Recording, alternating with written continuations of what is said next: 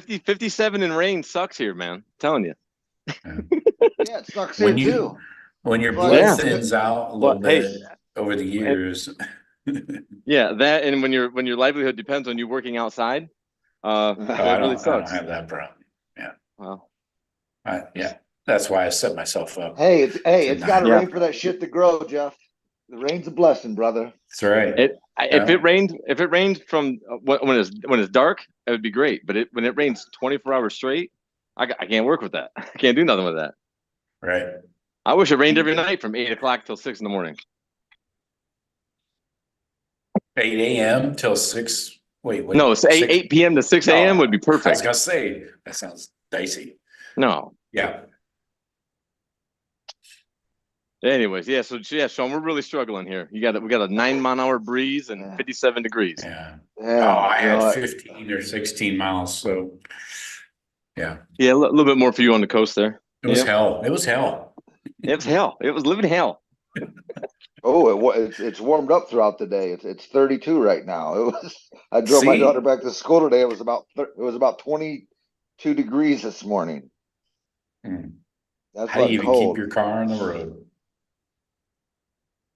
It's cold. Yeah. I don't miss that, Sean. I don't miss it. No. I do, because then you get spring and it's like a rebirth. It's like Yeah, I don't like this cold. In May? May is your rebirth. It's actually been a pretty light winter. We're in a little cold couple days, but yeah, listening to 97.1 out of Columbus, I kind of keep track with their weather, and usually we're about 15 degrees warmer but we usually get the same weather Columbus does, just about 15 degrees warmer. Like just a little bit lighter than them. But yeah, it seemed to be pretty mild this year. Yeah, it was from what they've been saying. And I mean, I'm looking at my global warming, right? On the by Wednesday we're going up to 50. There you go. Melt it down. Right. Spring is sprung. So what do you want to get into tonight, Joe? We got spring break coming soon, so I'm pumped for that. But as far as what we're going to talk about tonight, we're going to compare 2023 to 2024. We're going to do some hard line. I'm talking position by position. Where do we get better? Where do we get worse? All right. So we're talking coaches, offense, defense, all the way down the line. I want hard opinions. That's what she said. No, seriously. Hard opinions on each position group, where we got worse, where we got better. I've already got my strong opinions laid out. I got this coming week. We have some awesome episodes of the Daily Blitz coming out where I'm going to get everybody updated on the 2025 recruiting class, because you guys got to realize everybody right now is being recruited off their junior tape. Their tape of the season they just finished this past fall, which is their junior 2025 is done. I mean, 2024 is done. Well, 24 is done, the class of 24, but 2025 class is done as far as offers. You're going to get some stragglers here as you go through the camps and shit over the summer. And you might get some late bloomers and that bust out their senior year, IMG, where the kid was behind a 5-star and now he's like, oh shit. Well, that's like a Dominic Kid's a 5-star too. Dominic Kirks out of east side of Cleveland, moved to Painesville. Perfect example. He was the only February signee in this 2024 class that we just finished up. So those are rare. So fucking rare. Like, again, because the calendar's fucked. That plus which might be changing. Maybe we can't assume that. I mean, and the coaching staff can't either.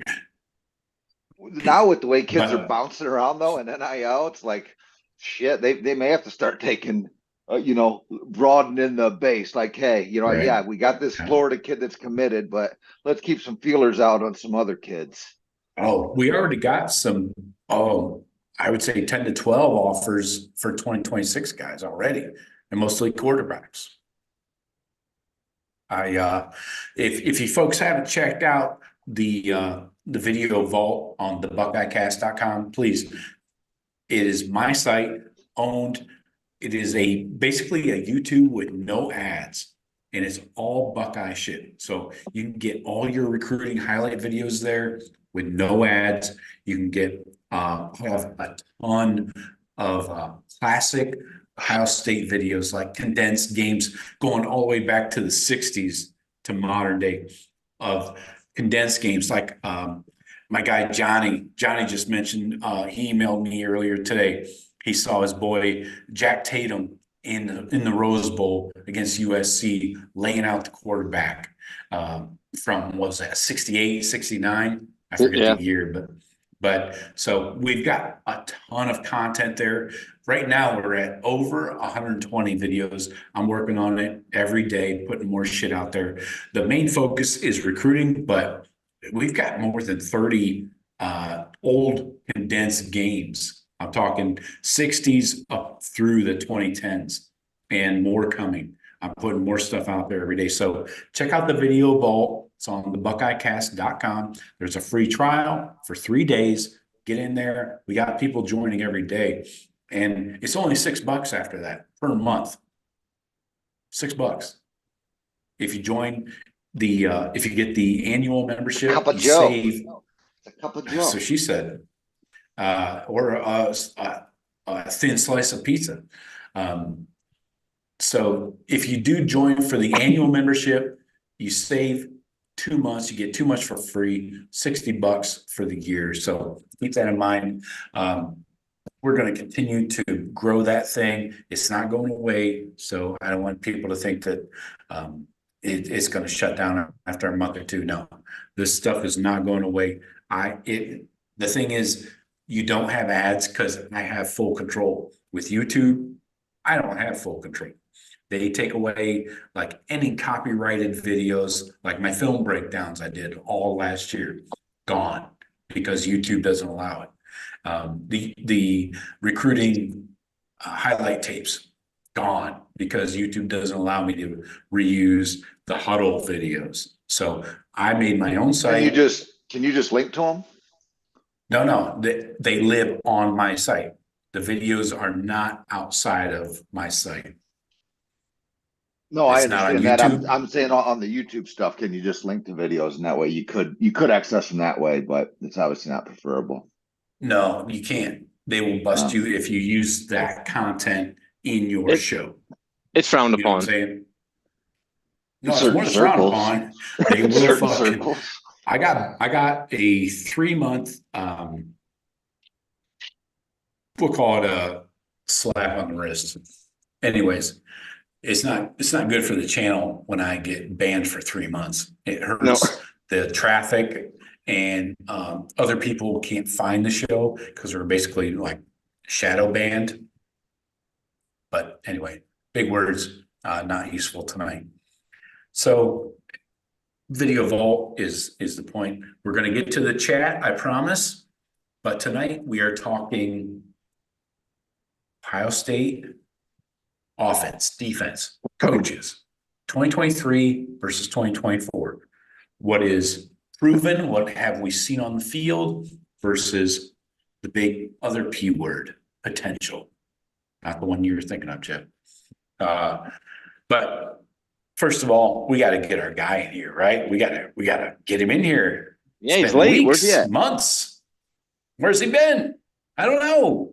My boy.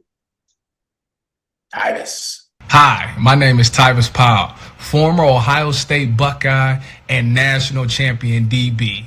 Welcome to the Buckeye Cast. These guys was born and bred in the Buckeye State, and they like to talk Buckeye football and drink bourbon. Subscribe to the show. Now pour up a drink and pull up a stool. Here's your host, Joe Warwick. Get him, Joe. Thank you, Tyvis. We appreciate you. It's almost like he read it off my shirt.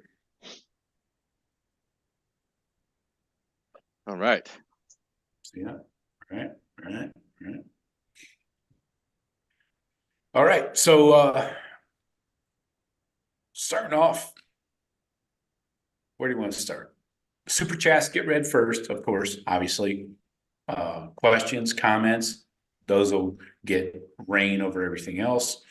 Again, the vault, besides the gear, forget about the gear you can get on the BuckeyeCast.com. The video vault might be even worth more. Let's talk about, guys, did you know that this is our season premiere of season 9? 9? 9. This is when you reset the clock. This is the start. That's right. Yeah. First of the year, first episode. Yeah. February. Yep. We do February it before spring practice starts. You know, Good. gird up your Sober loins. February. There you go. Yeah. No bourbon, no beer in February. There you go. Yeah. Dry February like everybody does. I thought you had a dry January, Sean. No, I do February. Yeah. It's tradition now. Oh, yeah, it's still football season. It has to ooze his way into that. Who the hell is sober during football season? That sounds like a horrible time. Well, exactly. That's why you can't pick. Depends on who your team is, but yeah, can't go to the parties. You're not as much. Feel like a sober June when it's only baseball. It's too damn hot to drink. Oh, never heard of that. Sober June. July. Right. What's in July? Yeah. Memorial Day in May, 4th of July in July. You can't eat dry June. That's if I'm picking a These month. fireworks would be so much better if I wasn't drinking. The only months that are even up for debate, I feel, are February, April, and May.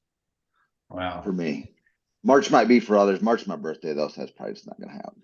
Yeah, I'm April. Jeff's a September, so. I just don't concern myself with taking a month off. You know, what's the point? Good for the liver, man. Good for the liver. Yeah, you're gonna need to take a lot longer off than 1 month. No, it was. You know what? This is. You know, in good segue into. It was an Ohio State study that I read years ago. I've been doing this for about 7 years now, and like a month off from no alcohol is like amazingly. Google it. I'm sure it's in the archive somewhere on Ohio State studies, and yeah, read about it. Does wonders. Yeah, it might be good if you started that in your 20s. You just started it. You're in your fucking 50s, man. I started 7 years ago. All right, in your 40s. Whoopity-doo. Yeah, but you should start it in your 20s or your teens. Maybe I should just drink more. Maybe that'll be better for me. That'd probably be good. Yeah. What do the doctors know anyway? Save you a day on the back end, maybe. Who knows? Anyways, I can't call it. Joe, so were you talking comparing 23 to 24 seasons? Obviously, we don't have the results of the 24 season yet, so I'm gonna try to base off of what my feeling was going into 23, like it is going into 24, and I'll give you those comparisons. Yeah, it's proven versus potential, the two P words, up against each other in a legendary. So you're gonna run through the coaching groups and run through the position groups, right? You got it. Let's fucking go. Let's go. Fucking go. Let's start off with the coaching changes because those are most recent and a lot of moving parts here, mostly for the good, in my opinion. So the Buckeyes. Oh, by the way, we do start spring practice first week of March. So you're looking at about 2.5 weeks from now. That'll be 15 practices over 6 weeks. Spring game is April 13th. So just want to get. Wow, they stretched that out though, man. Wow. Yeah, I mean, they only practice like 3 times a week at the most. So plus there's a spring break in there. You got to remember that. Like early in the spring window. So yeah, they take a week off there, but that's a whole week. So they're meeting a lot more than that. They're meeting every day and stuff like. They're working out every day. They're in the woody every day. They're just not on the practice time, practice field hours. It's only 15 of them, right? Yes. It's not like they're just. Yeah, folks. Hey, Jeff and Sean, do you guys have a good question for the chat that we can lay out there that kind of relates to the show? I couldn't come up with anything. You put me on the spotlight, Cap. I'm sorry. You talked a lot about bourbons here on this channel. Does the chat have any drinks of choice that they'd recommend or whatnot? So yeah, if you got bourbon, tequila, something in that neck of the nape that you like, throw it on that chat thing. Yeah, even I'd like What to. I'm drinking vodka. next month. Yeah, there you go. Vodka. I'm always looking for new bourbons to try that that we don't bring up or talk about. Yeah. Vodka is how I ease into the evening before I get to the bourbon. So yeah, it's like my beer for some people. So anyways, yeah, let's go to coaching changes here as we use into it. And yes, we're going to get to your comments and questions, I promise. So we're going to get started here with coaching changes. I know everybody listening knows of these things, but we need to kind of set the bar here before we move on at the bar. Buckeyes let go of quote unquote quarterbacks coach Corey Dennis, safeties coach Perry Eliano, and special teams coordinator Parker Fleming. Now, then you got Bill O'Brien stopping by for a cup of coffee for a few weeks. Appreciate you. Keep it moving. Then the Buckeyes bring in a sitting head coach of a Power 5 team that is now a Big Ten team. UCLA head coach Chip Kelly comes in as QB coach and offensive coordinator. Seems like a big move. We'll get into that. Then you got the former Indiana co-defensive coordinator, Matt Guerreri, coming in as safeties coach. All right. Jury's still out on him. We don't know a lot about him. He was here 2 years ago under Jim Knowles. He's one of Jim Knowles' guys coming over, worked with him at Duke, I believe. But anyways, then the big man, the legend, all Buckeye, James Laurinaitis, finally hired as a full-time assistant as linebackers coach last week. So first thoughts, give me your first thoughts on the coaching changes, guys. You can start with Jeff. Let's start with the losses, if you want to call them that, of Corey Dennis, Eliano, and Parker Fleming. Parker Fleming, good. I'm glad we don't have him. Hooray. With the guys that have moved in, I think, we still don't know how they're going to divvy up the responsibilities of special teams, but I think by trimming the fat a little bit, adding the coaches that we did versus getting rid of Parker Fleming, I trust their football knowledge and experience way more. Great, big improvement. Guerreri over Eliano, I think I'm a little more excited. I never really was feeling Eliano, especially when he couldn't sign his nephew, right? KJ Bolden, yeah. I think that was like the last minute anyways. Let's keep that in mind.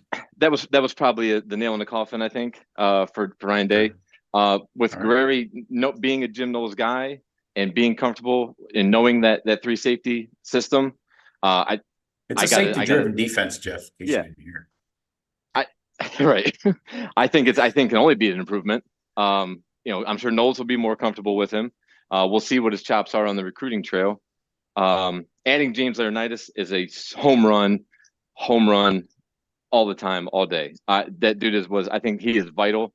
And I tweeted it out when the news came down. I think it's vital for the growth of the program. With mixing in some youth along with the Buckeye background and all that. But he's overall a great human being, not just a great. I think he's gonna be a great recruiter. He's the dudes we want. Coaching our program. Big home run there, and allowing Knowles not to. Knowles to just focus on the overall defense. I think James was doing a lot of the coaching himself anyways last year. But GA's getting him out on the last 2 years, actually. Yeah. Doing a lot of the on-field coaching and practices, I'm sure, but being able to be out on the road now with Laurinaitis getting in people's living rooms, I don't see how that could go wrong. So you go to quarterback coaches, Chip Kelly or Corey Dennis. Just on who could not be happy to see that coming. You saying there's a difference? I mean, we saw the development of young quarterbacks, what they look like against low, and they looked shell shocked. They were not prepared at all. And from what we've been told, that solely was the responsibility of the quarterbacks coach, whereas Ryan Day was mostly just focusing on the starter and with McCord, and those two guys did not look prepared. I mean, Devin Brown, you say injuries and stuff, but Chip Kelly's coming in. It's a huge improvement. I mean, you can't look at it any other way. Henry, what do you got? What do you think of the losses? Let's start with the losses and then get into the guys we brought on. Yeah, I mean, the losses aren't I mean, other than Bill O'Brien, but again, that was we only had him for a cup of coffee, and then we upgraded there too, I think. So exactly. The other losses to me were writing on the walls, things that were going to happen, Fleming and quarterback coach and all that. Obviously with the offensive coordinator position, now with Ryan Day and Chip Kelly together, that's going to be so crucial, I think. Just ripping through the coaches. Tony Alford, Heartline, obviously the best wide receiver coach in the country. Keenan Bailey, I don't know a ton about, but tight ends, we'll see. He's got his work cut out for him, I think, there, but, brought in the transfer. And Justin Fry, to me, on the offensive side of the ball, Justin Fry is the one on the hot seat, on the microscope on him for this year. On that side of the ball, we brought him in. Everyone's been so complimentary, and this is a great guy. And I think he was flirting with some coaching gigs, and potentially was going to bounce. We'll see. That's my only thing on offense. Defense, Jim Knowles, absolute stud. Love the guy. Larry Johnson, I think that's a downgrade. Larry Johnson's a year older than he was last year. I think Larry Johnson has been declining the last couple of years. You want a hot take? Larry Johnson, it's a downgrade. He's getting long in the tooth. Because we kept him. It's a downgrade because we kept him, and he's a year older. Not any better. Okay. I haven't seen anything that the last couple of years that gets me that excited, frankly. So go out with a bang, coach legend, and best defensive line coach ever. But again, getting a little bit long in the tooth for me. Laurinaitis, I agree with Jeff. I mean, high energy, just charismatic. I mean, if you're a linebacker and sitting there talking to Laurinaitis, how are you not going to Ohio State? He's got all 3 trophies, man, in college football. Walt Aguirre, I expect good things. To me, I think top to bottom, no one. I mean, and I don't know it intimately. Maybe Georgia or Bama or whomever, but I've never seen a coaching staff this freaking loaded. I mean, top to bottom, I've never seen anything like this. It's ridiculous. Just if you just said Ryan Day, Chip Kelly, and Jim Knowles, and didn't have any of the other guys, that would be like the top in college football. And then you throw in all these other pieces that are, super excited about the coaching. Right. Fry, fucking better.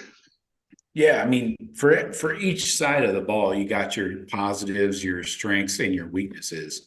Like offense, you don't know what you got with Keenan Bailey. He's been very popular with the recruits over years and years with the Buckeyes, but now been with the program a long time. Second year, but just his second year as the tight ends coach. Then you got Justin Fry. Jury's still out on him. But now you got his guy, Chip Kelly, coming in. So you got kind of the trifecta of Ryan Day, Chip Kelly, Justin Fry working together. Fry was with Chip Kelly for 4 years at UCLA. What excites me about Chip Kelly also is if you look at their the percentage of running plays that Chip Kelly runs, it's higher than ours. So I think we can get back to we can get back to Buckeye football a little bit more, or a little more balanced approach. Maybe. So yeah, I was talking about Justin Fry coming in under the Chip Kelly wing. Now you got the trifecta of Chip Kelly, Ryan Day, Justin Fry. This seems to be one of the good nucleuses of the offense to get together. Defense, though, jury's still out on Matt Guerreri, coming over from Indiana. He was with the Buckeyes 2 years ago before he went to Indiana he was a GA under Jim Knowles, focused on the safeties, of course. But then you got the OG Walt at corners.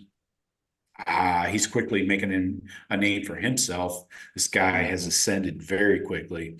So to run down the final staff here, you got quarterbacks and OC Chip Kelly, running backs Tony Alford, wide receivers co-offensive coordinator Brian Hartline, tight ends Keenan Bailey, O-line Justin Fry, defensive coordinator Jim Knowles, D-line Larry Johnson, linebackers James Laurinaitis, corners Tim Walton, and safeties Matt Guerreri. So that gives you 3 former Buckeye players on the staff. 3. Yeah. Hey, Joe, real quick. What is Matt Guerreri gonna have to do for you to put some respect on his name and just pronounce it the right way? What's it gonna take? Because land a recruit. Very simple. Land a recruit. Okay. So you're gonna hack his name up until he lands a recruit. So if we sign Fahim Delane, then you'll pronounce his name right? Is that what it'll take? If he's part of that. Unless was he part of getting Caleb Downs? Was he part of getting Caleb Downs? No, definitely not. You don't. Well, he was in the room. How much he did versus the others. Do I need to pull up a timeline? No, Joe. I'm just saying. But that's the thing. I mean, we were kind of saying, hey, it could have been Bill O'Brien who just got there. Sometimes they're like, hey, this guy's going there. I like this. I like that situation. And I don't know yay and nay on that, but you guys can give Guerreri a bunch of credit. I don't care. I just want to hear his name. I just want to hear his name pronounced right. That's all. I think he deserves to get his name pronounced right. That's all. That's the only point I was making. Sorry, I was trying to keep it lighthearted. We don't have to apologize to me. You should apologize to him. I don't know him. You got his number?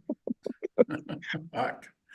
All right. Hey, well, I was going to say one other thing, Joe, real quick about Justin Fry and Chip Kelly. With the running game, Chip Kelly does like that run game. Together, I think we can only expect plus with the addition of the other tailback, Judkins. I think we have 2 of the top 5 or 6 tailbacks in the country, and this is Fry's 3rd year. We're going to show what kind of development skills he has by seeing the progress of these guys because most of these guys are his now. There's still some old stragglers from Coach Stud, but I think him working with Chip Kelly, they know I think the rhythm of the play calling and stuff and knowing what the line's doing, I think there's going to be a lot more cohesion there.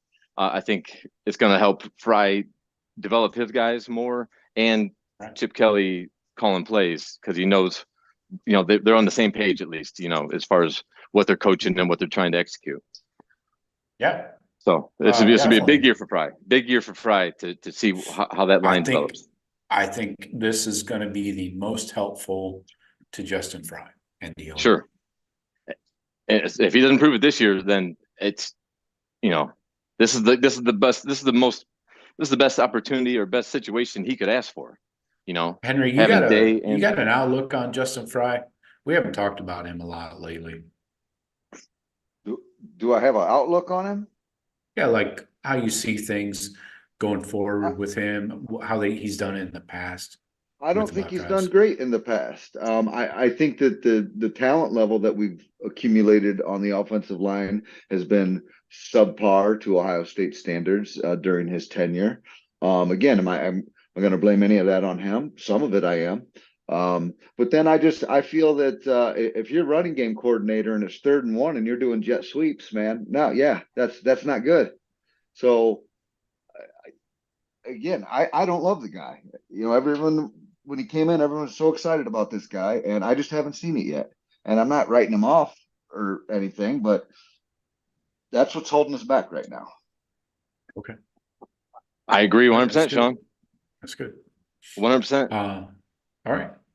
So let's pop into the chat here before we get going on our main topic.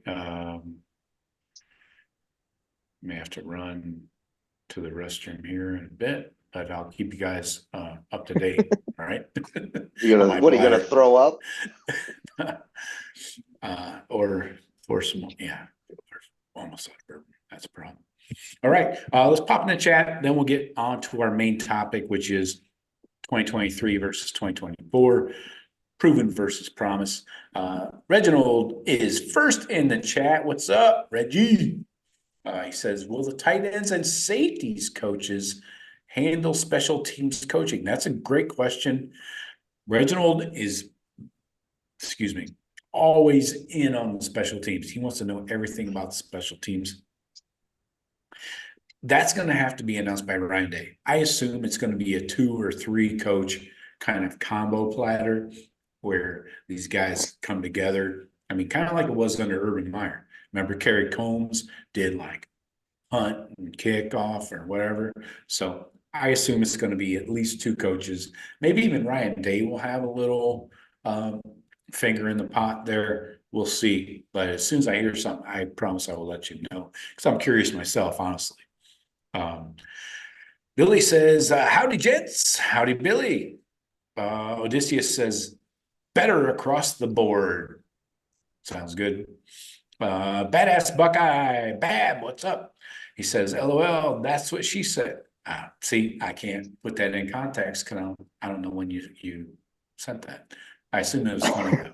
So good job, Bab. Probably when you said it. Oh, he piled on? Good job. See, follow the leader.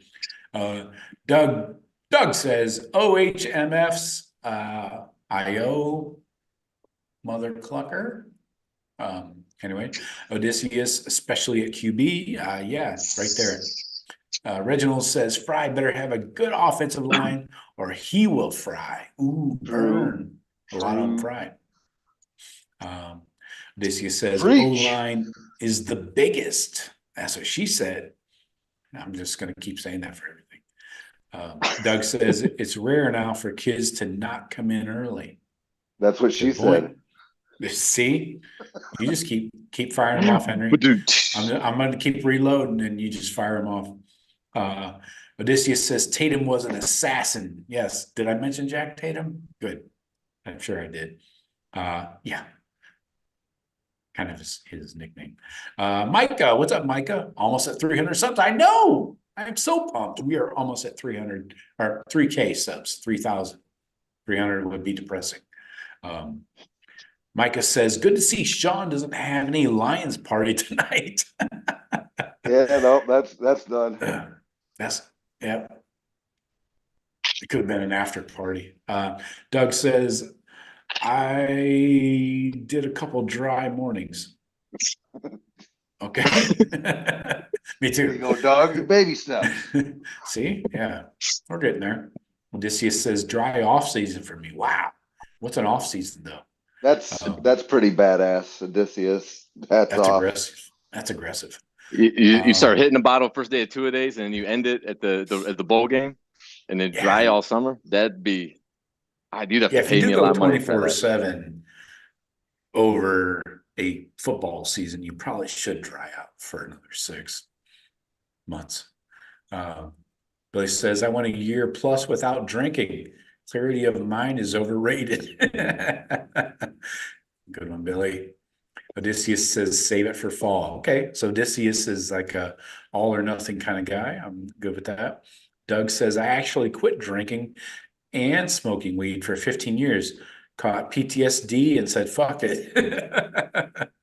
I heard mushrooms are really good for the PTSD, though.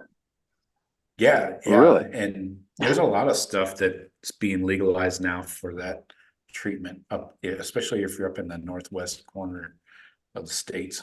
Or Michigan. Or there you go, that other northwest corner. Billy says, can't smoke weed, way too strong these days. I'm with you, Billy. I can't either. I can't even smell it. I smell it every day walking down the street, and I start stumbling over myself.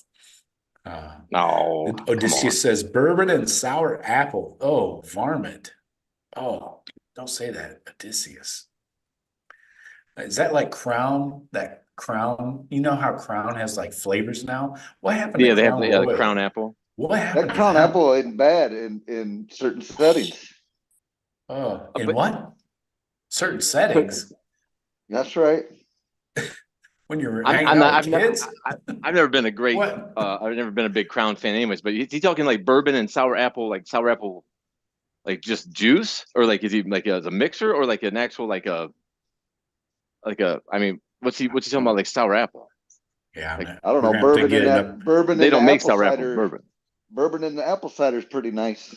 Oh, that's my jam, dude. I lived on that for like the last 4 Okay. months till they ran out of cider. But that's not sour apple.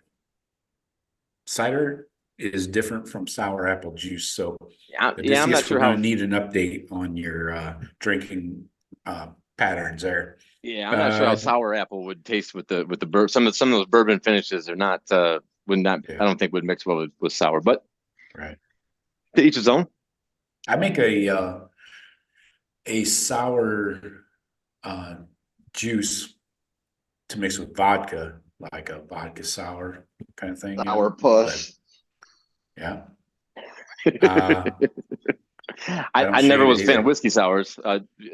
Sour juice with the clear is much better than with the brown, for sure. That's what she said. Doug says, especially mine. Doug says, I hope James can develop the linebackers. See, I know that everybody wants to give James Laurinaitis the starting, the head coach position like yesterday, but let's see if he can develop CJ Hicks into being a fucking, guy that can play more than 20 snaps a season. All right. Before we get going too nuts. A great recruiter, yes.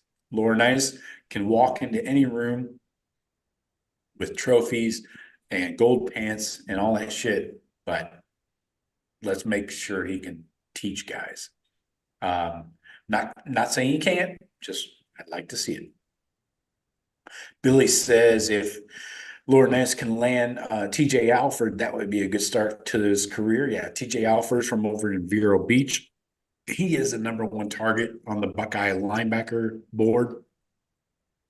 I got a show coming out this week about Mr. Alford and the rest of the defensive targets, I guess you'd say. Melendez, Jeff, down there in Osceola High. And how do you pronounce it?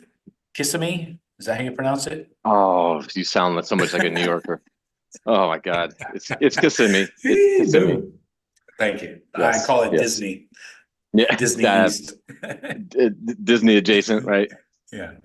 I don't even mess anyways, with that part of town. I don't mess with that part of town at all. No. I I'm used up to have north. to work down there, man.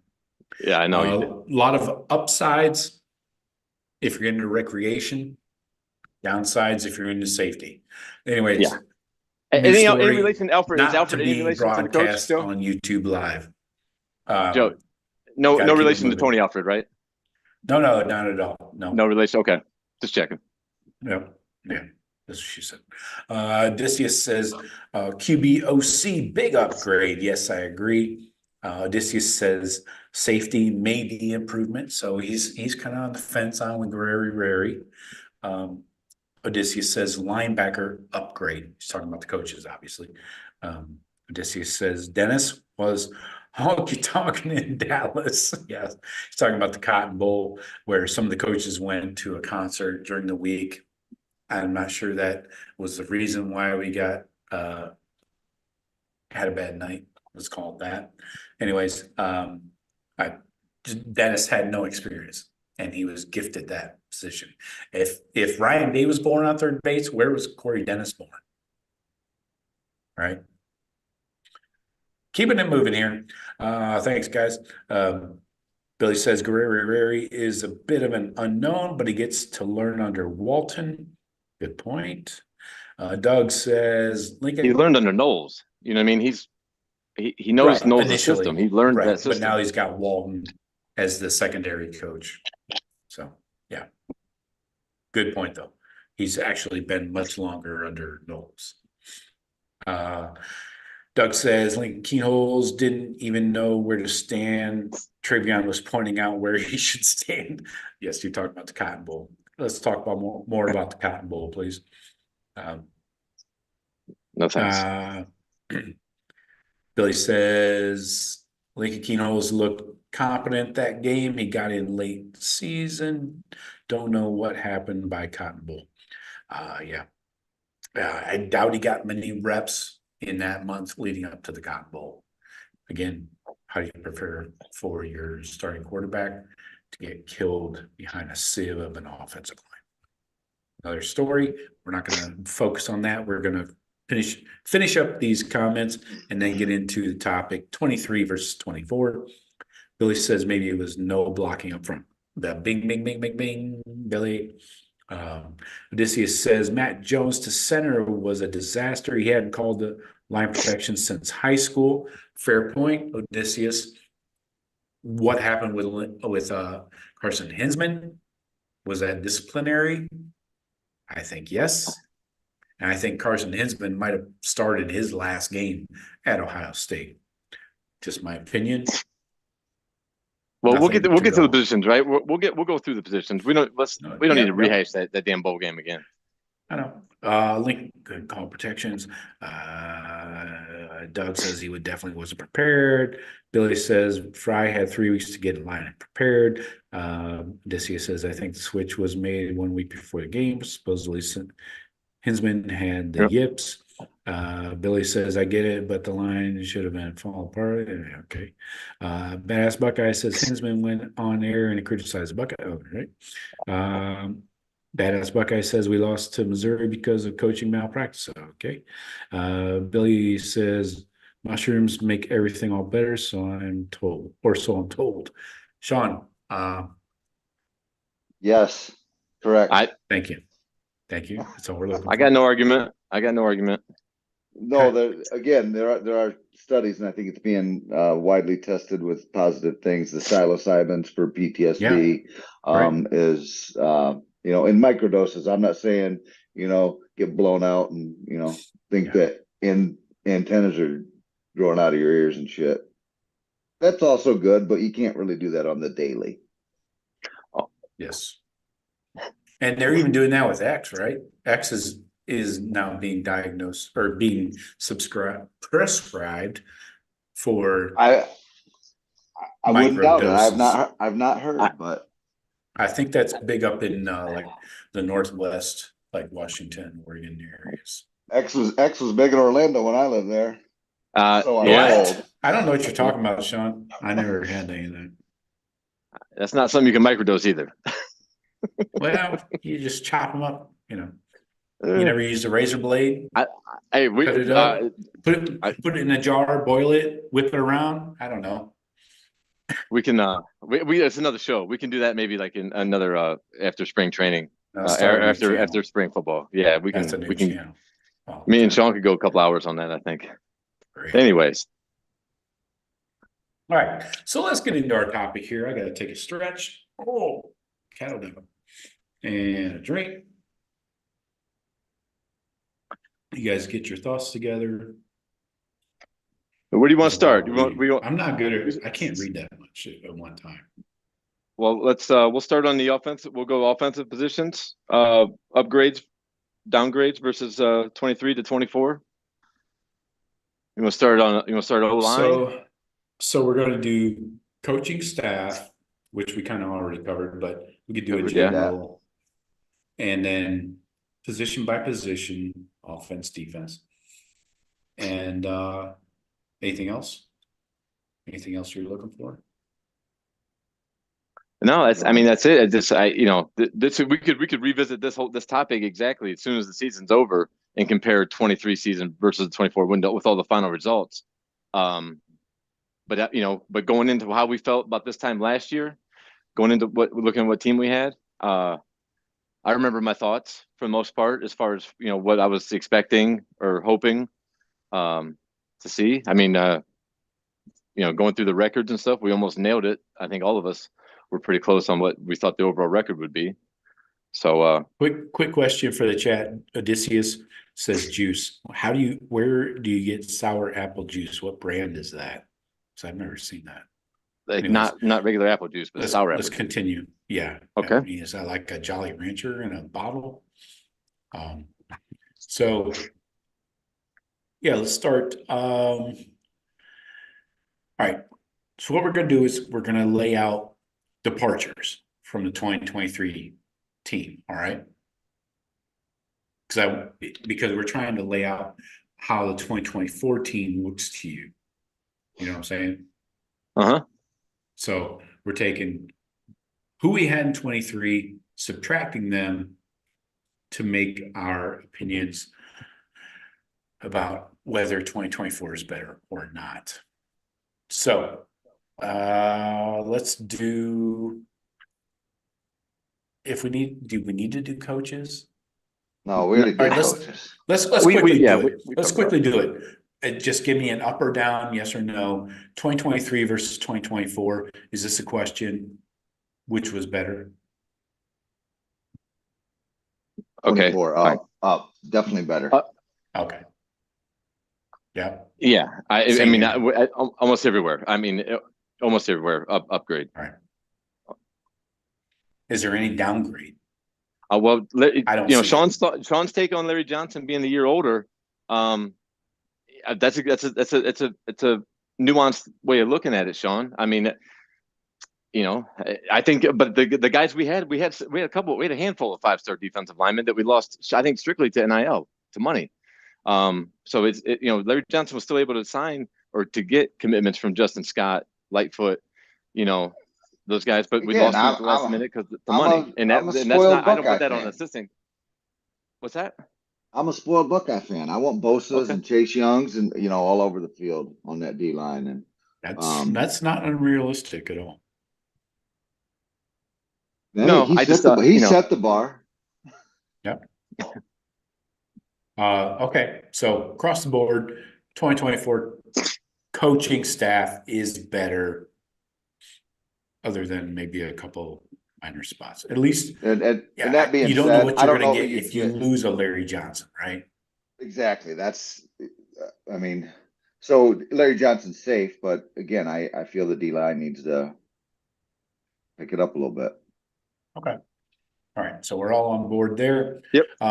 Again, we're not going to be on board on these categories for the most part, in my opinion. So let's talk quarterbacks.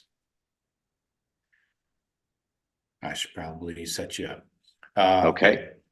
We lost Kyle McCord, Tristan Gebbia. We brought in Will Howard. Okay. And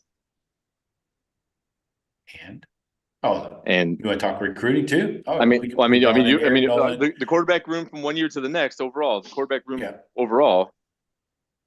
A severe up. I mean, so immense your upgrade. new room now is Will Howard, Devin Brown, Lincoln Keenholz, Aaron Nolan, Julian Sand. It's a huge upgrade. If that Kyle McCord left is the upgrade. None of these guys might be any better than McCord. We don't know. We haven't personally seen any of these guys play. A little bit of Devin Brown, but just that it's not Kyle McCord is the upgrade. So we know what he is. And so this is all potential. I'm excited about the group that's in there. And to me, definitely an upgrade. Jeff. Yeah. I mean, just the overall the potential of these guys, the ratings of where they were ranked, where they were all ranked when they were seniors in high school. It just and with Devin Brown over another year, Keenholz this is his first spring in the program, or his first winter. So I mean, you gotta expect those guys to make strides. I think Will Howard, I'm not so sure he's going to be much of a better passer than McCord was. I mean, we don't know. I think overall, I think the offense is going to fit better with him. but the two freshmen coming in, I mean, that's two of the top 5 quarterbacks in the country from this last recruiting cycle. So, I mean, just overall talent, and everybody in the country wanted both of them. You know what I mean? So it's not like we just are taking a flyer on a guy like some of our linemen we've done in the past. Just some guy at some project we're going to try to build. I mean, we got 2 freshmen that are studs. They're going to push those guys. Not going to push them for starting. That's not what I'm saying. But there's going to be. Okay. It's not just projects down there at the freshmen. There's talent. So overall upgrade in the talent. There you go. Okay. Let's see. Let's go running backs. You lost Evan Pryor, Chip Trainum, Mayan Williams. Now you still have Travion. You got Dallin Hayden coming back, and Quinshawn Judkins comes in with the portal, one of the best running backs in the country too. Then you got James Peoples, my guy, out of San Antonio, Texas, and SWD, Sam Williams-Dixon, the in-state running back / kind of Curtis Samuel possible role. So, Sean, let's go back to you. Thoughts on upgrade or downgrade from 23 to 24? So Trey was always my RB1 last year. He's still RB1 this year. I think Chip did some nice things for us at times. Mine kind of disappeared. Evan, I wish I could have seen a little bit of more of him, but I mean, I get it, and especially with Quinshawn coming in. But I think that you've got Judkins with Henderson, and we still, I mean, Dallin Hayden's a junior. I mean, he's going to have to do something soon as well. I like the room. He's a redshirt sophomore. He's got 2 more years after this. So 3 years total. He's got 3 more years. Okay. So this year and 2 more after it. Yep. Correct. Gotcha. Okay. Yeah, but again, you're going to have to start, you're going to be a redshirt junior before you see the field. Maybe. That's a fair point. Yeah. There's a plus side to that. Then you got 2 freshmen breathing down his neck though next year. So 2024, Sean, what do you got? I got I'm going to call this one a push. Ooh. I got a push. All right. Don't push me because I'm close to the edge. All right. Jeff, running backs. Well, I will not say it's a push. I'll say it's an improvement. On the main factor in that decision would be the injury proneness of Mayan Williams and Evan Pryor. We never got to see what Evan Pryor could do. I was excited about him when he was on the field. He looked great, but we just never saw him on the field enough, except in mop-up duty. You couldn't. I mean, in Trey's health issues between the 3 of them, we were, that's why we saw a lot of Dallin Hayden, and we had to use a lot of Chip Trainum. He was going to play linebacker for us, but then we had to move him back to running back. With Judkins, he's a workhorse, and by him splitting time with Trey, I think it's going to benefit both of them. I think they're both going to be fresher down the end of the season. Dallin Hayden as your 3rd running back, I think we have the 3rd best running. I think we have a 3rd string running back as good as anybody's 3rd string running back in the country, and 2 freshmen that I think could be really exciting. I will say it's an upgrade because we don't know that there's the health issues. You can never count on Mayan Williams. I love Mayan Williams, but you couldn't count on him to be a every down back, for more than 6-7 games of the season. Okay. Well, Judkins Judkins talent-wise is an upgrade over anybody we lost in the portal. For sure. Lost to the portal. I mean, he was you could almost say he's one of the best running backs in the country, I would say. Yeah. A lot of PFF guys are saying that we have 2 of the top 5. Judkins is number 2 in the country, they say. So I'm going to upgrade for sure, no doubt about it, at the running back position. All right, let's talk Henry. Let's go back to you for wide receivers. We dropped off. Interesting. Yeah, it is, because we lost 4 dudes, and one was super productive. You got Fleming gone, Marv gone, X-Man gone and Noah Rogers gone before we even knew him. He still got in the room. Jaden Ballard, I haven't seen many snaps from him. Emeka, the most productive of this room. Keon Grays hasn't seen the field. Kojo Antwi hasn't seen the field. Then you got the 23 guys who seemingly have recruited over top of the 22s. Brandon Ennis, Bryson Rogers came back out of the portal, and then Carnell Tate was the most productive of that class. Plus, you got 2 5-stars, Mylan Graham coming in the summer. Jeremiah Smith is in right now, all world, Mr. Everything. Most expect him to be a starter. So, Henry, what do you think? Upgrade or downgrade? Downgrade. This time last year, I had Fleming, Ibuka, and Harrison as my starting 3. Still got Ibuka in there. Expect a bounce back year from him. I know he was banged up. Saw flashes of Carnell Tate. But last year we had Carnell Tate, and we were excited about him from everything we heard in spring and camps. It's like, this dude's for real. I'm hoping that the Jeremiah Smith, Mylan Grahams, Brandon Ennis, and some of these other guys get a chance. The potential is sky high, but I say going into the season, when I had Harrison and Fleming and Ibuka as my 3 locked in, that was a more solid starting 3 in that group than it is today, because I'm not even sure who the third guy is going to be. I'm assuming Tate and Ibuka, but is it going to be Ballard? Is it going to be Smith? Ennis? I don't know who's going to play that other spot. So I'm going to go downgrade. A lot of potential though. I do want to point out snap counts from last year quickly. Carnell Tate had 292 on the season, played in every single game. He played every single game on offense. Then Ennis had 32 on the season. Bryson Rogers, 6. Only played in 2 games, so obviously a redshirt situation for him. So, Jeff, let's go back to you on the receivers, upgrade or downgrade. This time last year, I was more excited about the 3 that we had trotting out on the field, with Xavier Johnson being the 4th. I was, because we didn't have the Ibuka's health problems that came up this year, and we had Marvin Harrison. I mean, we knew we had one of the best players in the country overall. But as far as the potential of seeing the 2 5-stars coming in with what we saw from Tate and a little bit from Ennis, I mean, those guys were 2 of the top 5 in last year's class. So potential is through the roof. I'm excited, but I felt a lot stronger about McCord being super productive at this time last year, looking at the 3 that he was throwing to. I thought Fleming would be able to blossom a little more, thinking how much attention that Ibuka and Harrison would get. And we're not going to rehash all the problems or why was, where deep balls were missed. Was it the line? Was it the quarterback not seeing it? Was Fleming not getting separation? We don't know. Probably a combination of all 3. It just didn't materialize like we thought it would.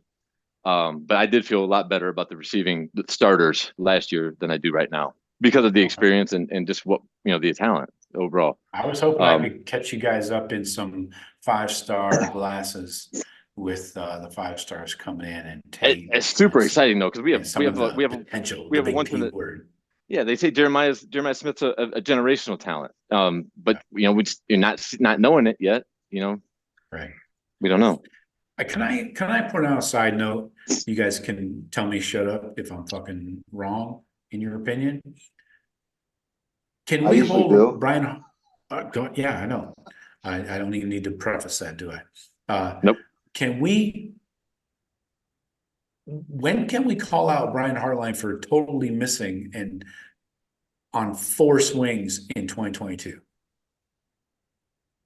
Okay, you're right. He did. The 2022 class was, and they were garbage anyways. And then the 2 that are still there have not seen snaps at all. I'll it was a down year. It's not. I mean, those guys down year. Keon Grays and them are good talents, and they'll probably go off to some other place after this year when the freshmen pass them over and go other places, they're going to be productive players. It's just that room is so freaking loaded that I don't think any of those guys are bad football players. I think they're all pretty damn good. But it's not going to be every year. Okay, my freshman. It's just it doesn't go like that. Dudes are like Smith. He's going to leapfrog people. Carnell Tate's going to leapfrog people. There's certain guys that you're not going to be able to keep off the field. I'll bet if Koji or Grays were playing, that they'd be productive, decent dudes. But they're not better than the guy in front of them. All right, so they are the second oldest players on the team in the receiver room. You got Ballard, Igbuka, our 21 class, Grays and Antwi are 22s. If they do not show something this spring, what's their future? Well, doesn't matter what their future is, Joe. Ballard hasn't shown anything, and he's a year No, older. I'm not saying Ballard deserves any credit either, because he's even older. I'm just saying those two guys. I'm focused on the 2022 class. Joe, it's still there. Okay, why they're still there and why they haven't jumped in the portal, I don't know. But I mean, because Hartline, he doesn't catch a lot of flack for that. The dip in talent because they were just some lower 4 stars and no 5 stars in 22. But he has sandwiched them with top 5 receivers. Multiple 2 of the top 5 receivers in the country before and after, and he's developed players years in a row as first-round draft picks. So he's had so much other success and so much other shit on the resume that you can overlook that little dip in 22. I call these things question, Jeff, because it's a whole class. It's a whole recruiting class. If that happened at another position, which it has, yes, I'm not saying nobody else is guilty of this, but I'm saying Brian Hartline is held up as like the gold standard of Ohio State recruiting. And he totally whiffed on a fucking entire class of 4 guys. Not a tight end class of 1 guy. And like to Sean's point, I don't know if he whiffed on all 4, but he got guys better the year after, and they have jumped the guys from 22. I wouldn't say Grays and Antwi are dog shit. But he went and got Ennis and Tate. They're better overall talents. And then he backed that up with Jeremiah Smith. We've had the top receiver in Florida, which is the top couple in the nation, 3 out of 4 years. So he's taken a down year in 22. 21 was a great year. 22 dipped, and then he backed it up with 23, a monster year, and 24, 2 more 5 stars. One of them the generational talent. So, I don't know. I think it's the cycle. Also, you got to look into the cycle here, and when your room is so loaded, and you are some guys that generational talent, and it's like, well, shit, man, they got 4 guys in front of me that that have been there for a year or 2. And they still got eligibility, and I'm gonna be sitting here for 2 years. I think there's a cycle to it. This was coming after that Rose Bowl where you had Marvin Harrison explode. Available. JSN exploded. Igbuka was showing. Harrison exploded in that Rose Bowl. So guys were probably like, they're loaded there. I'm not going to get to play. They got 4 studs at least. I understand. Maybe that 1 year. I feel like there has to be some kind of balance into how much stroking we give Hartline all the time.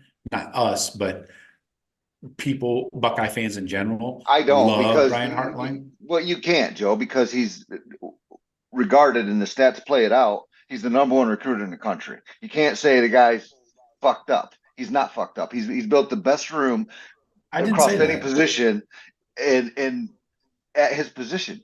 So I mean that 2022 doesn't have an absolute superstar.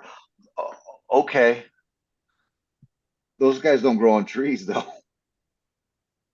I understand, but I wasn't saying that Brian Hartline is mediocre just because he missed on 1 class. I just want people to keep things in perspective.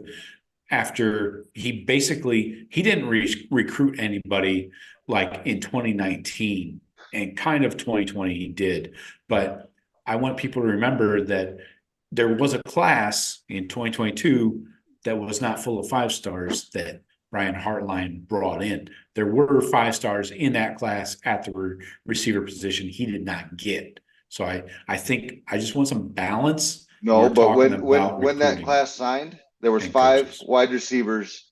When I'm looking at the class now. When that class signed, Okay. there were 3 wide receivers in the top 100 overall. Kojo was 115th. That ain't missing. That's bringing home the bacon. If you do that at any position group anywhere, that's badass recruiting. It just, Right. you know, life's tough. Then is development the issue? No. Again, there's other guys that are just better. I mean, the following year he brought in like the number 3, the number 6, the number 9. Yeah, I mean, you know. Okay, so, I'm focused on one class only, 2022. Yeah, okay, and the lack of these guys not seeing snaps. It's 2 things together. It's not just those guys and their recruiting rankings. It's why haven't these guys been on the field? Braze and Antwi, and then you got the Calebs that left. Those Calebs. So I just want to make sure that we have some kind of balance, because I think sometimes, not all the time, people are way too over their skis with Brian Hartline and his recruiting. I hear you. Now, and if it starts to be development is part of it. You can't just put all your eggs in one recruiting or development basket. So, all right, let's keep it moving here. In the last 2 drafts, there's going to be 4 wide receivers that are drafted in the top 12 picks that were coached by Brian Hartline. If that ain't knock your socks off. Yeah, I mean, Joe, yeah, you're right, Joe. I'm not disputing that. I'm not questioning that. Let's keep it focused on my point. Oh, you said development. You said development on this. He develops like nobody else, in my opinion. This particular class. Again, I think they are developed. I think they'll go other places and have amazing success. I just don't think they're necessarily good enough to be starters at Ohio State right now. Because he brought in more talented guys the following year. Okay. I think you're right. I think, but anyways, if it's not because those guys are misses, it's because I don't think they're misses at all. Okay. All right. It might have been. I haven't seen it. I haven't seen it on the field, so maybe you guys are seeing stuff I haven't seen. I'm not worried about seeing on the field, Joe. I'm worried about the guys before him and the guys after that class are doing better. I'm glad to see them on the field because they're all studs. So I'm not. I haven't. None of us have seen on the field. Antwi and Grays haven't played.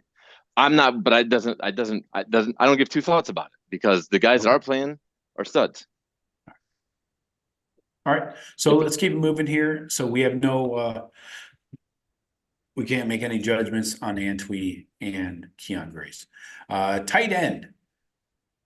We lost Sam Hart, Joe Royer, and Cade Stover.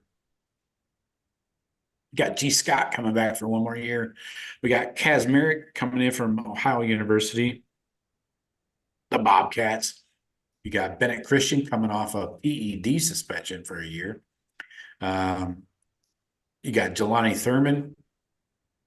Then you got true freshman Max LeBlanc and Demarion Witt. I'm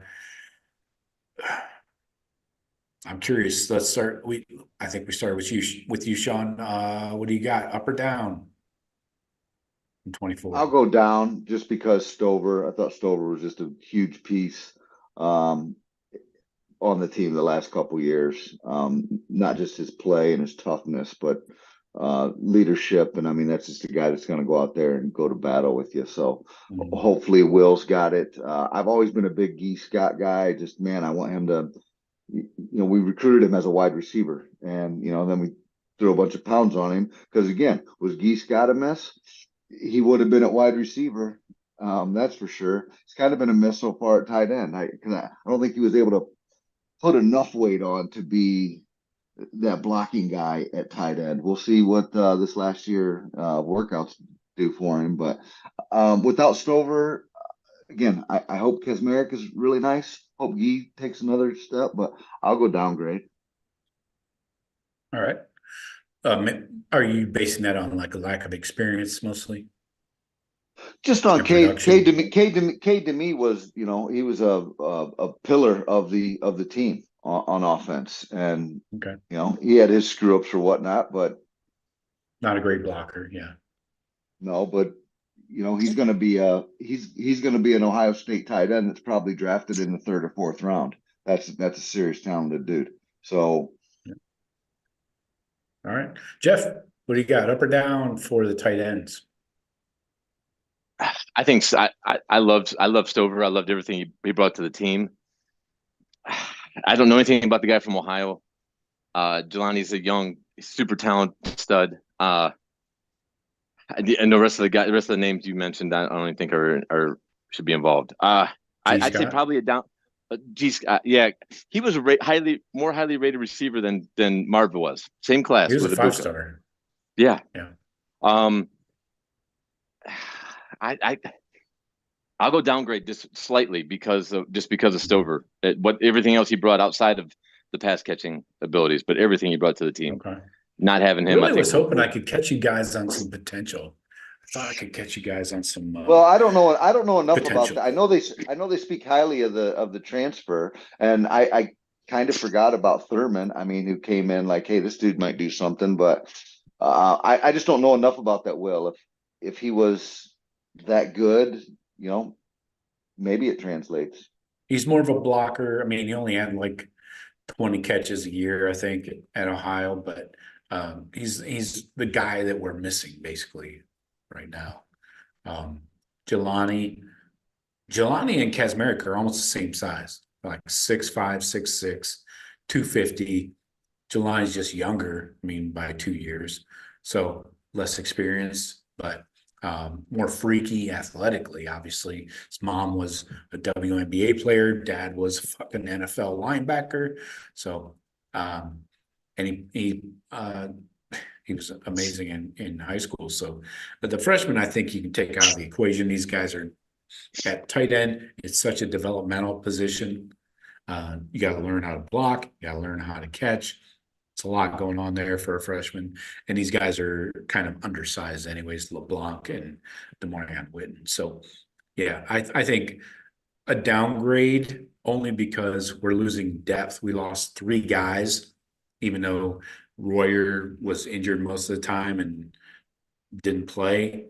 But then losing Cade, and then now you've got everybody moving up a slot in the depth chart. I'm not sure Kazmarek is going to replace Cade Stover, but we'll see. Hopefully he's a better blocker. But I agree, downgrade. Let's go O-line. Pick up the pace here a bit. We lost Vic Cutler, Jacob James, Matt Jones, and Trey LaRue. Only one major loss there, I would say, as far as playing time goes. Coming back, you got Enoch Vamahi. He's got 1 more year. Josh Fryer, Seth McLaughlin, Donovan Jackson, Zen Maholsky, Josh Simmons, Tegra, Fitzpatrick, Hinsman, Luke Montgomery, Josh Padilla, Austin Severell, Walker, Armstrong, Moore, Van Sickle as the freshman. Those 4. So upgrade or downgraded. I tell you what, just at first blush, there's a lot more names here than there used to be. Just by the numbers. Yeah. Sean, let's go back to you. Sean's first. Gosh, this one's tough. I feel that Donovan Jackson came back to try and get back to where we thought he was going. Yeah. I thought he was going to be a, second, third round pick. The way he came out, 5-star, really high rated kid. And then kind of regressed last year. And maybe that was scheme, maybe that was whatever. Seth McLaughlin, all I've seen him do was roll it on the ground to his quarterback against Michigan. And I want to like him, but man, I'm cautiously optimistic. Montgomery, I think, takes a step forward this year. I'm hoping, and he can become a stud tackle for us at one of the spots. But I guess we didn't lose anybody other than Jones.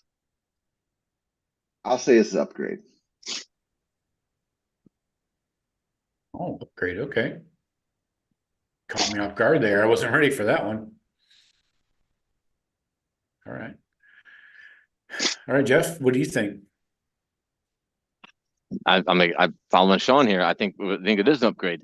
Remember, at this time last year in February, we did not have Josh Simmons. We didn't know who was going to play left tackle. We thought Fryer was the left tackle, and Tegra and whoever the fuck was going to battle for right. We thought Donovan Jackson. Yeah. We were excited about Donovan Jackson, but we lost our left, right tackles and our center all went pro. Yeah. That was a big surprise. And that's what kind of we were kind of like with Vic Cutler. They went and got Vic Cutler to be the center, and then we weren't sure if he was going to get up to speed. But we didn't know anything about Carson Hensman. We thought Donovan Jackson was going to be an All-American. Matt Jones was going to be solid, but the tackles were up in the air. They're a little more solidified this year, as far as knowing what we have. I think with the overall change in the offense, with Chip Kelly working with Fry, I'm going to go just the overall picture is it's an upgrade. Okay.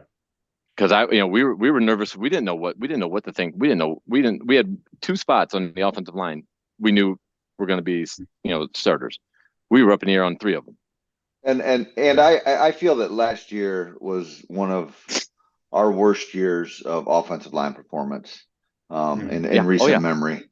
And so if you go worse, Joe, I'll reach through here and rip your face off, because there's no way it better not be worse.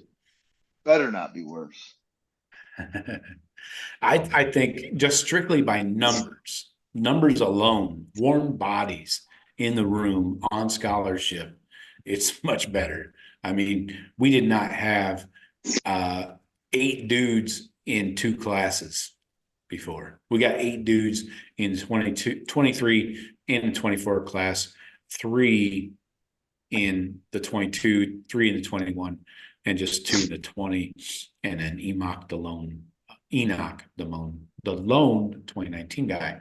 So by sheer warm bodies and decent quality, these guys are like mostly 4 stars. Van Sickle was the lone 3-star. Walker in the 2023 class was a 3-star. So the rest are 4 stars. So give me that all day long.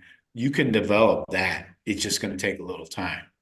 So upgrade. So Fry being in his 3rd year, those guys, the Tegra should make a big leap this year. Montgomery, I think hopefully he's made a leap enough to solidify one of those starting 5 spots, because I think we need his talent on the offensive line.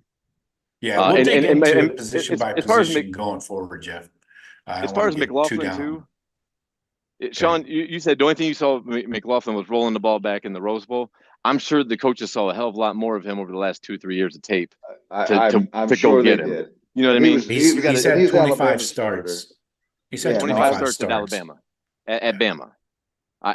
He's got to be a welcome. He's got to be an upgrade over Hensman on just that alone. You got to fix that thing. Was that ever a thing? And was he like known for that, or that just like crept up on him? And he got the yips that game. From his interview, he kind of downgraded it when they talked to all the transfers a couple weeks ago. Was that? He owned it, but he didn't make it sound like it's something he's been battling or it's been an issue. He owned for his poor performance, but he didn't sound like it was something he's been kind of battling on. He said, he'll work hard and get it fixed this year. Justin Fry laid out some practice techniques they're going to use to fix that. So we got to get through this defense in 10 minutes, guys. Let's go. Defensive ends, we lose Amari Abor to the portal. We still got Mitch Melton coming back for 1 more year. Jack, JT, Kenyatta, Caden Curry, Josh Mickens, and Edric Houston and Dom Kirks coming in as freshmen. So upgrade or downgrade? Easy. I mean, I think so too. You lost 1, you gained 3 or 4, because with Melton healthy, you gained 4. You lost Abor, who didn't really make any type of impact. The rest of all the 4 main guys are all still there. They're a year older. They're all healthy. upgrade. I mean, that's easy. Yeah. Simple, there's not much discussion.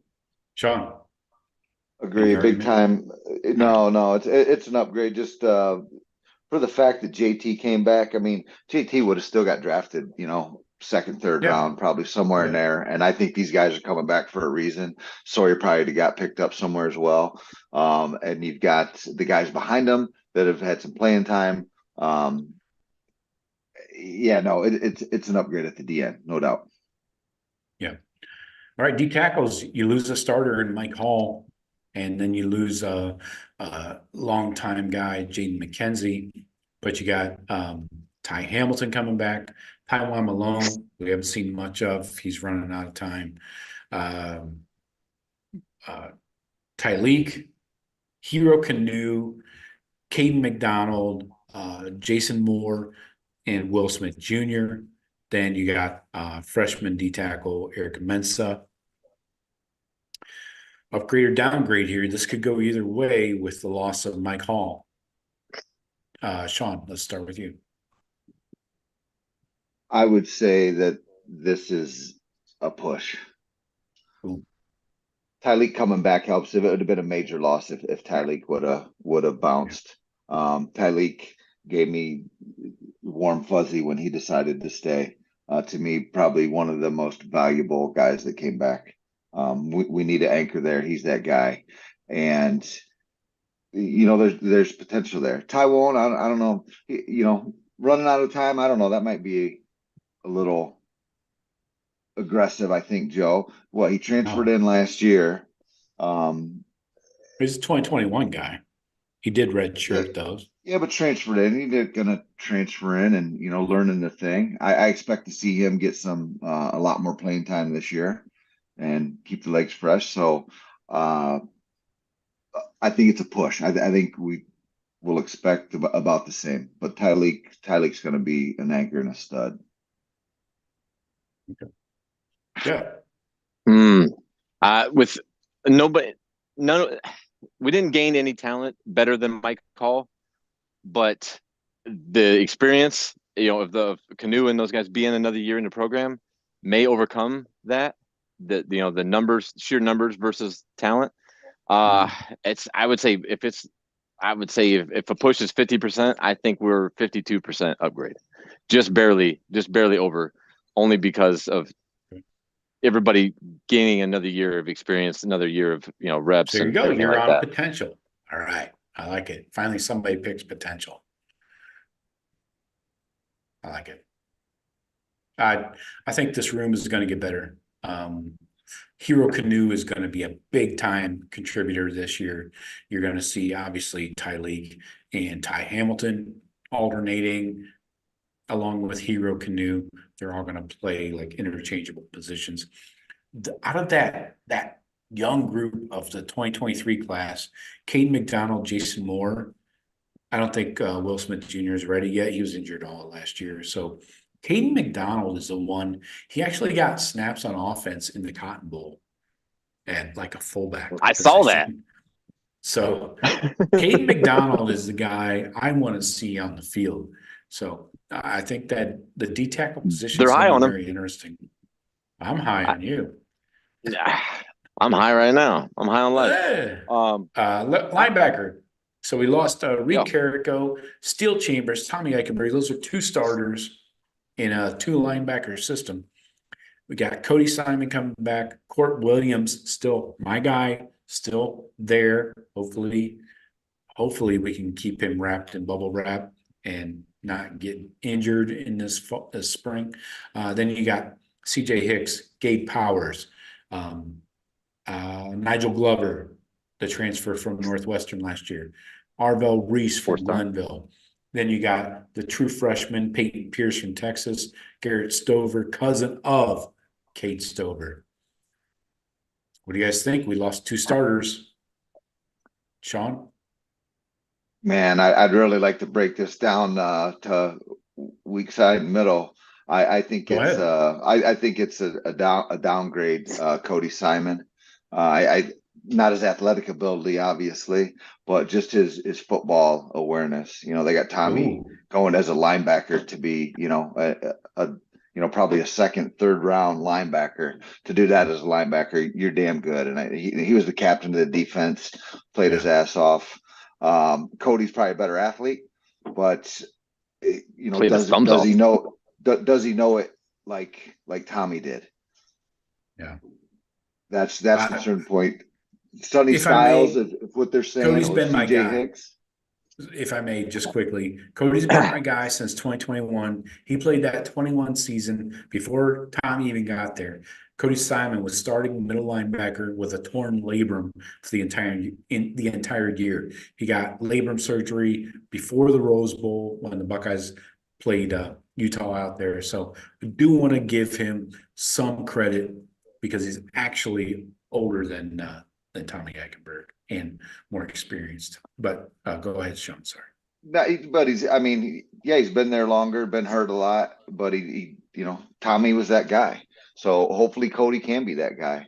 But is Cody going to split time at some point with CJ Hicks, or how does? Again, I don't know who's going to play these positions. I don't know if Sonny Styles is going to be a linebacker or if Sonny Styles is going to be a safety. So Sonny Styles, me and my love affair with that guy. I'd love to see Sonny and Hicks lining up next to each other, but I don't think Sonny and Hicks can be the captain of the D at this point. I've not seen anything that gives me that. Yeah. So I'm actually going to say I'm gonna say a downgrade because Tommy's. But I feel like it's going to be an upgrade in Steele's spot and a downgrade in Tommy's spot. Upgrade both of them in athletic ability, but just football knowledge, downgrade. God damn it, Sean. All right, Jeff, go ahead. Sean's reading off my list. I know. Ask him next first. The amount of football, the amount of football knowledge. I think I felt great about Steele and Tommy being our linebackers going into this time last year. Now, talent-wise, potentially way more talent potential this year, but I would say it would be a downgrade strictly because we knew what we were getting with Steele and Tommy. That, like you said, that leadership ability. Cody Simon is not my guy, Joe. He's your guy. You can have him. I'd see him missing a lot of plays. So, but by the end of the year, this could be a CJ Hicks, Sonny Styles, and three safeties. That could turn out to be how the year moves through. It could be a way bigger upgrade, a huge upgrade in performance. But as of right now, in February, not even starting spring ball, I would say we're down at linebacker from what we were last year. Wow. Okay. I'm going upgrade. I'm going to go against the grain here. I think we have more athleticism at both linebacker positions. Losing Eichenberg and Chambers, not saying they sucked. Let's not go off the deep end here. I think we have more athleticism at the linebacker position going forward. I'm going to upgrade. Eichenberg's a better Steele, and Eichenberg played like the coaches like to do, and everybody bitches when coaches play the older guys, even though there's a 5-star behind them. So I'll call both. I'm call bullshit on that right now. Tommy Eichenberg is a way better football player than Cody Simon, Joe. He is a better football player. Now, Simon may be more athletic. CJ Hicks for sure is than Steele and Tommy for sure. I'm not talking about athletic ability is not questioned, but Cody Simon misses plays that Tommy doesn't miss. Beauty's in the eye of the beer holder, Jeff. The nuance with Arvell Reese and what does he move to rush end or does he play linebacker? Does Sonny Styles end up playing now? We got 2 minutes to finish up corners and safeties here. Linebacker's a bigger discussion because there's a lot of change. There's a lot of possible change in that position group. Right. It is. And more than anywhere else. Quick, how do you beat the Buckeyes? You run the ball on the Buckeyes. Run the ball. Are our new linebackers going to stop the run as good as Tommy and Steele? I don't know about that. And even they didn't when it was needed. Right. Well, that's a whole conversation into itself. Yeah. So let's get into the corners here. We lost Jair Brown, Ryan Turner. We got three starters at the corner positions: Burke, Hancock, Igbinosun. Yes, I consider Jordan Hancock the slot corner, not a safety. Yep, me too. Okay, all are back. Calvin Simpson, Hunt, Jermaine Matthews, and then you got the three studs coming in the freshman class. This seems pretty obvious. Sean, I'll give you the layup first. I'll set you up here. I'll give you a nice bounce pass as you head into the lane. Go ahead. No, actually, give it to Jeff. I've been taking all these first. Come on, I was setting you up. I was giving you the alley, so you. I've had it all night. I got it on the breakaway, and I got it on the breakaway. Joe gave me the outlet pass. I just bounced it off the backboard for you, all-star game style. Go ahead, Sean. Go ahead. It's probably our best position group. Maybe even actually overtaking the wide receivers. It's all guys that got serious experience. They're all going to be good draft picks, high draft picks, and the talent that's coming in behind them. This group is BIA, man. It was good, and it's going to be better. These guys are playing for money this year. Burke and Hancock and big upgrade. All right, Jeff. With the same dudes. I dare you to disagree. You can't. After seeing Jermaine Matthews for a year, now we know he's legit. We thought he was. Now we know he is, and he's still the fourth guy. You return your three starting corners. They're a year older. They're all still healthy, not coming off any major injuries. The guys you brought in are better than the guys that left.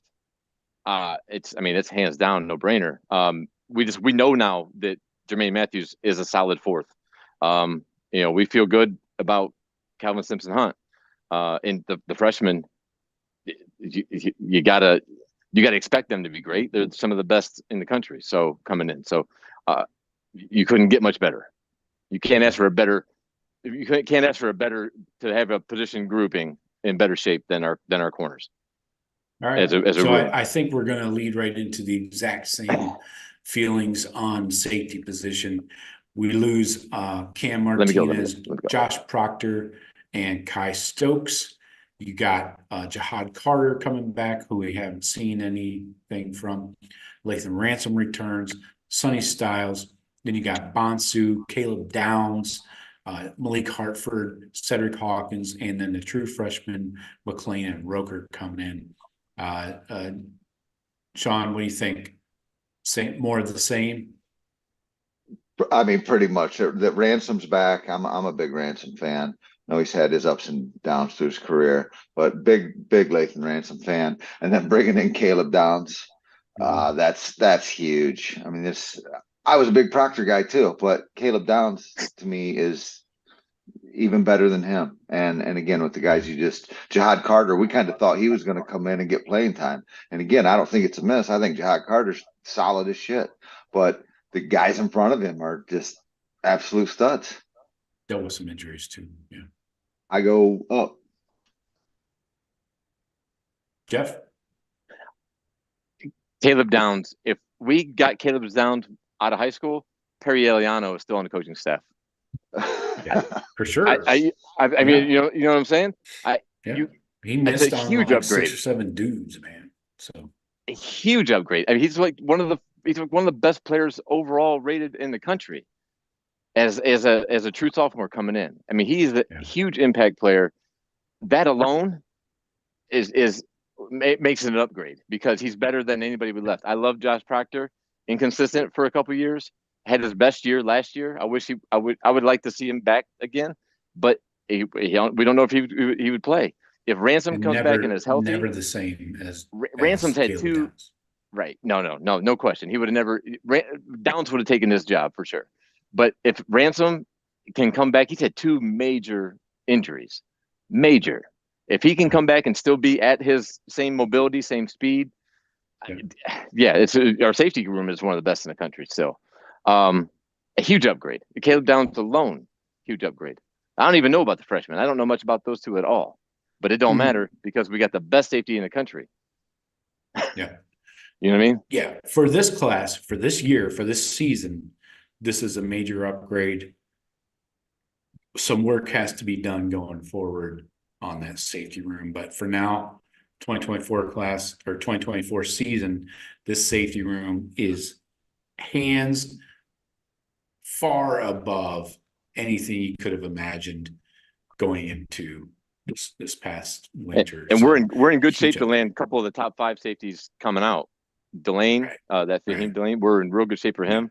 So if Guerreri can nail down another top 5 safety or two and top 10 guys in this class, then we'll be fine. There you go. All right. Check out the Daily Blitz this week. I am talking recruiting, and you're going to get What about the kickers, Joe? updates What about on the kickers? all these positions. What? The kickers and the punters. We lost Hello? Mirko. We lost Mirko. I don't have anything on them. Sorry. All right. It's 9:05. We got to roll. All right. Please hit the vault on the BuckeyeCast.com. You're going to get all your recruiting videos, your Buckeye classics, games from the 60s, 70s, 80s, 90s, 2000s, up till today. Condensed games. You're going to get, I got some classic videos, highlight videos of Eddie George against Illinois in his record-breaking game. Terry Glenn in his record-breaking game. I got a 2-part video on Woody Hayes. A lot of legendary videos in there. So get to the BuckeyeCast.com. Check out the video vault. Links at the top of the page. Sign up for the free trial. 3 days. You can run through as many videos as you possibly want to.